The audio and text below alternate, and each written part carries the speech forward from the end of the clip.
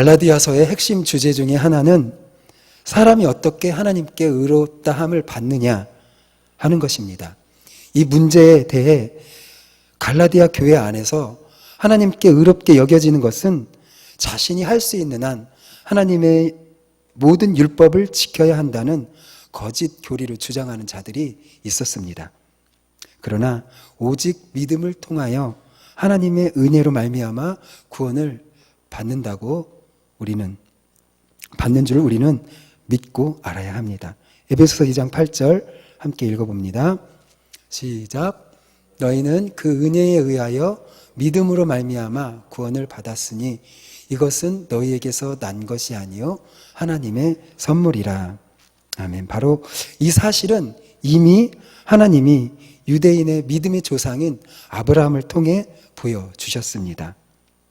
8절에 보면 또 하나님이 이방을 믿음으로 말미암아 의로 정하실 것을 성경이 미리 알고 먼저 아브라함에게 복음을 전하되 모든 이방인이 너로 말미암아 복을 받으리라 하였느니라. 하나님께서는 아브라함이 하나님의 약속을 믿고 따른다면 그를 받아주시고 축복해 주신다고 말씀해 주셨습니다. 이 원리는 모든 민족에게, 족속에게 적용되는 것이었습니다.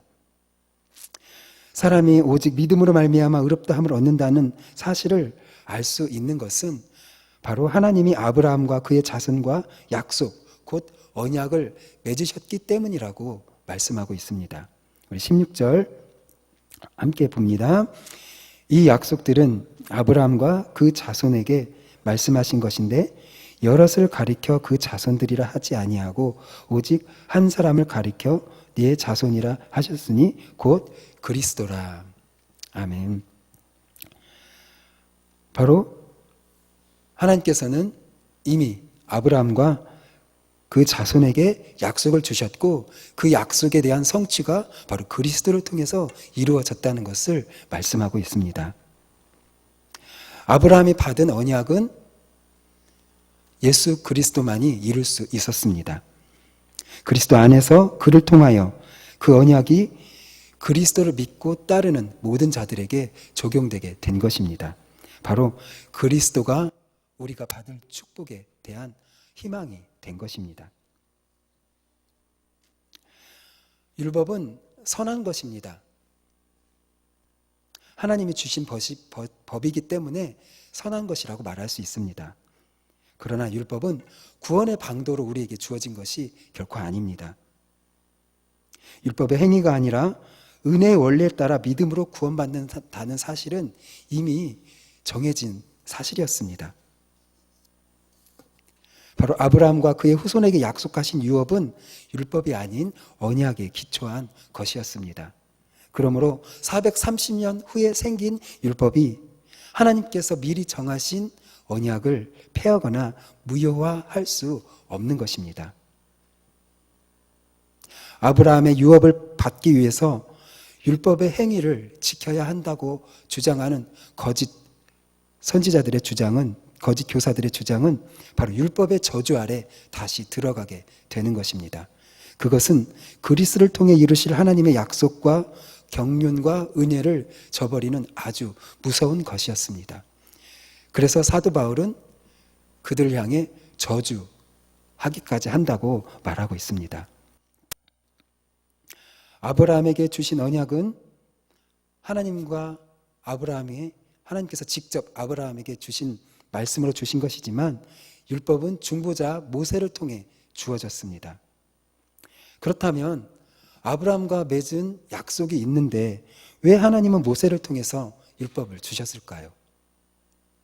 바로 하나님이 율법에 어떤 기능을 부여하셨는지를 깨닫는 것이 중요합니다. 율법을 주신 것은 죄가 무엇인지 깨닫게 하기 위하여 우리에게 주셨습니다. 우리 18절 함께 봅니다. 그런즉 율법은 무엇이냐? 범법함으로 더하여진 것이라. 천사들을 통해 한 중보자의 손으로 베푸신 것인데 약속하신 자손이 오시기까지 있을 것이라. 바로 율법은 우리로 하여금 죄를 깨닫게 하도록 하기 위해서 주어졌습니다. 그러므로 율법은 죄를 죄로 정하기 위한 것일 뿐 죄에 대한 근본적인 해결책은 될 수 없습니다. 율법이 있기 전에는 사람들은 죄가 무엇인지 알지 못했습니다. 율법이 주어진 후에야 무엇이 죄인지를 분간할 수 있게 되었습니다. 바로 율법은 우리에게 죄가 있다는 사실을 알려주고 우리가 얼마나 제한된 존재인지를 알려주는 기능을 하는 것입니다. 우리는 피조물이고 창조 하나님이 우리 위에 계시다는 사실을 우리는 율법을 통해서 발견하게 됩니다. 그래서 창조주 하나님만을 신뢰할 수밖에 없고 그 하나님의 사랑을 우리는 깨닫게 되는 것입니다. 바로 율법은 우리가 죄인이라는 사실을 일깨워서 하나님을 의지하도록 만들기 위해서 우리에게 주어진 것입니다. 그러므로 율법은 아브라함에게 주신 약속과 충돌하는 것이 아닙니다. 바로 율법은 믿음에 이르게 하는 길, 바로 믿음으로 안내하는 길인 것입니다. 우리 24절을 함께 읽어봅니다. 24절 시작.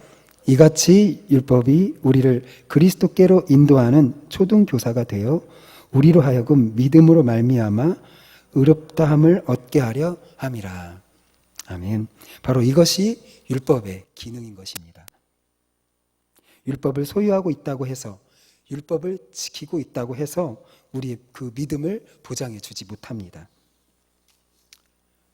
율법은 제한적인 것입니다. 실체이신 예수님께서 오실 때까지만 가능한 것입니다. 율법을 통해 드러난 하나님과 하나님의 성품 그리고 하나님의 뜻이 예수님 안에 다 담겨 있습니다. 예수님은 율법의 완성이실 뿐만 아니라 율법 그 자체이십니다. 바로 율법은 율법의 성취요 완성이신 예수 그리스도가 오시면 율법은 그 자리에서 물러나야 하는 것입니다.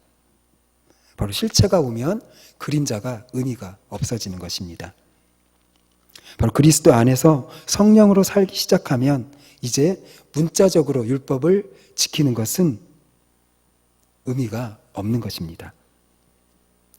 그런데 실체이신 예수님이 오셨는데도 불구하고 그림자인 율법의 조문을 붙잡고 있는 것은 바로 어리석은 일이라고 하는 사실을 바울은 갈라디아 성도에게 가르쳐 주고 싶었던 것입니다.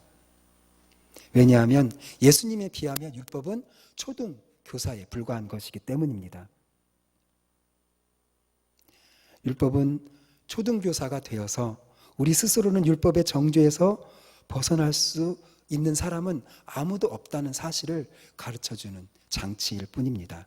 오직 예수 그리스도가 유일한 죄의 문제의 해결책이라는 사실을 우리는 알아야 하는 것입니다. 그러므로 예수 그리스도가 오신 후로 율법은 더 이상 우리를 구속할 수 없게 되었습니다. 하지만 폐기된 것은 아닙니다.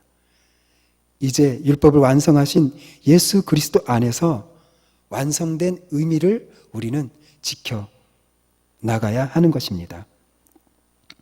결국 율법은 우리가 얼마나 죄인인가 하는 것을 깨닫게 해줌으로써 하나님의 복을 받는 자가 어떤 길을 가야 하는지를 우리에게 보여주는 것입니다.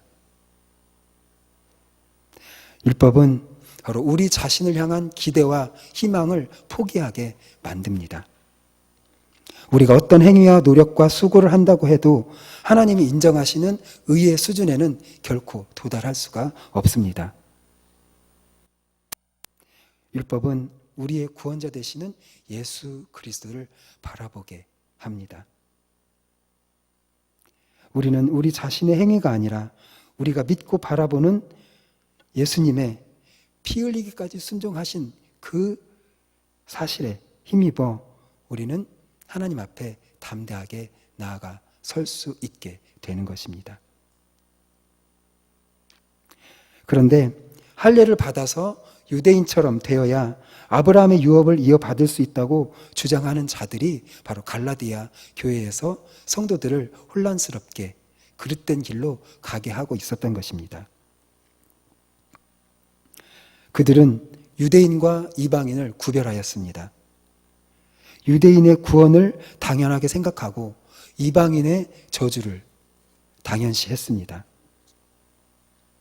하지만 그렇지 않습니다. 왜냐하면 그리스도를 믿음으로 이제 유대인과 이방인을 가르는 담이 무너졌기 때문입니다. 우리 28절 함께 봅니다. 28절 시작. 너희는 유대인이나 헬라인이나 종이나 자유인이나 남자나 여자나 다 그리스도 예수 안에서 하나이니라. 이방인과 유대인 모두 다 예수님 안에서 죽고 새 생명으로 태어났습니다. 이제 예수님께서 율법을 완성하셨기 때문에 율법을 소유하고 있는지 소유하지 않았는지, 할례를 받았는지 받지 않았는지의 여부로 이방인과 유대인 그 둘 사이를 가를 수가 없게 된 것입니다. 유대인과 이방인 모두 다 그리스도와 함께 세례를 받아서 과거의 사람들은 다 죽었고 이제 그리스도로 옷 입어서 새로운 신분을 얻게 되었습니다. 바로 그리스도로 옷 입는다는 것은 우리 예수 그리스도를 닮아가는 삶을 산다는 것을 의미합니다. 즉 세상적인 정욕과 탐심과 불신의 옷을 벗은 후 바로 예수 그리스도의 의로운 삶을 우리가 자신의 것으로 만드는 삶을 이제 살아간다는 것입니다. 결국 세례를 받는다는 것은 그리스도의 의로운 삶을 따라 살아갈 것을 결심하는 것입니다. 예수님을 닮은 새 피조물이 된 것입니다. 우리는 믿음으로 예수님과 연합되었고 예수 그리스도로 옷 입고 그리스도의 모든 것을 이제 소유한 자가 되었습니다. 예수님께서 하나님의 아들이신 것처럼 이제 우리도 하나님의 양자로서 아들의 지위와 신분을 얻게 된 것입니다. 그리고 약속대로 하나님의 나라를 상속받게 되었습니다. 바로 하나님은 우리를 아들처럼 대해주시는 것입니다. 그런데 이것이 바로 믿음이 아니면 불가능한 일인 것이었습니다. 하나님은 율법을 통해서 우리가 죄인임을 알게 하시고 오직 그리스도를 바라보며 그분을 믿는 것 외에는 구원의 도리가 없다는 것을 알게 해주셨기 때문에 결국 율법도 은혜인 것입니다.